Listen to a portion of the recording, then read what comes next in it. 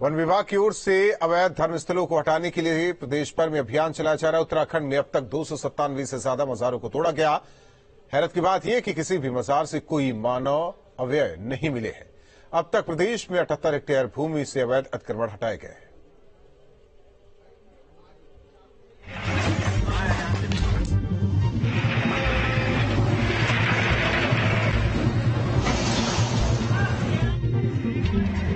उत्तराखंड सरकार ने वन भूमि पर हो रहे अवैध अतिक्रमण के खिलाफ कार्रवाई तेज कर दी है।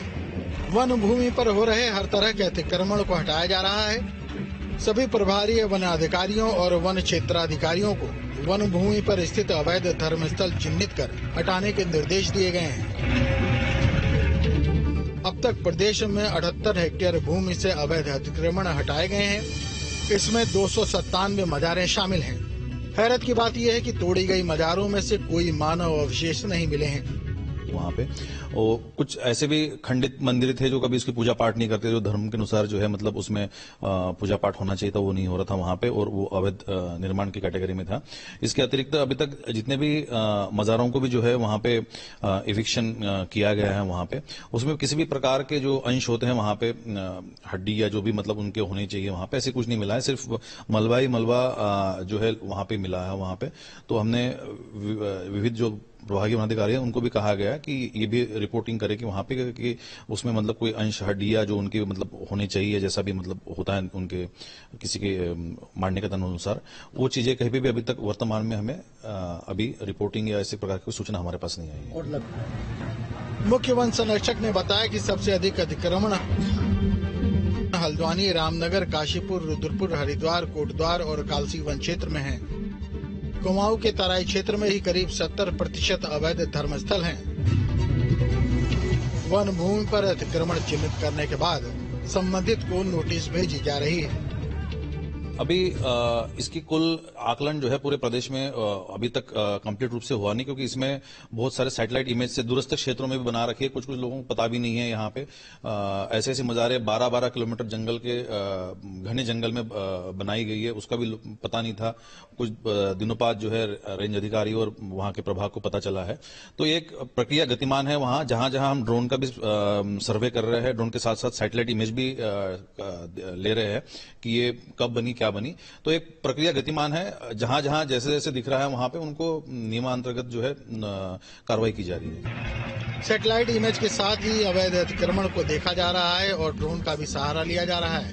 अवैध मजारों को बनाने के बाद उसके आसपास एक कमरा भी खड़ा कर लिया जाता है या फिर छोटी सी दुकान खोलकर व्यवसाय का काम किया जाता है। लेकिन अब सरकार ने इस अवैध कब्जे के खिलाफ अभियान तेज कर दिया है। Team news state. उत्तराखंड में अवैध मजारों को तोड़ने का सिलसिला जारी। अब तक 297 अवैध मजारों को तोड़ा गया है। इनमें ज्यादातर मजारे या तो वन विभाग की जमीन पर या फिर पीडब्ल्यूडी विभाग की जमीन पर बनाई गई। देहरादून के सिलाकोई में शीशमपाड़ा क्षेत्र में ध्वस्त की गई मजार का जायजा लिया न्यूज स्टेट संवाददाता किशोर रावत ने। उत्तराखंड में अवैध तरीके से बनी तमाम मजारों को तोड़ने का सिलसिला जारी है।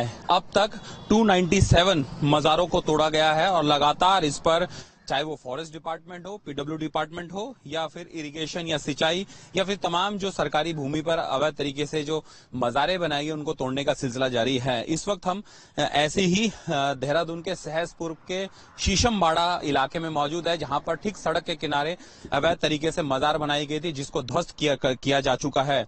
सबसे बड़ी बात है यहाँ पर अगर ध्वस्तीकरण की बात की जाए तो पूरी तरह से ये अवैध तरीके से बनाई गई थी। और अगर कुछ अवशेष की बात करूं, यहाँ पर जो चीजें मिल रही है उससे साफ लगता है कि यहाँ पर पक्के तौर पर बड़े तरीके से मजारें बनाई गई थी।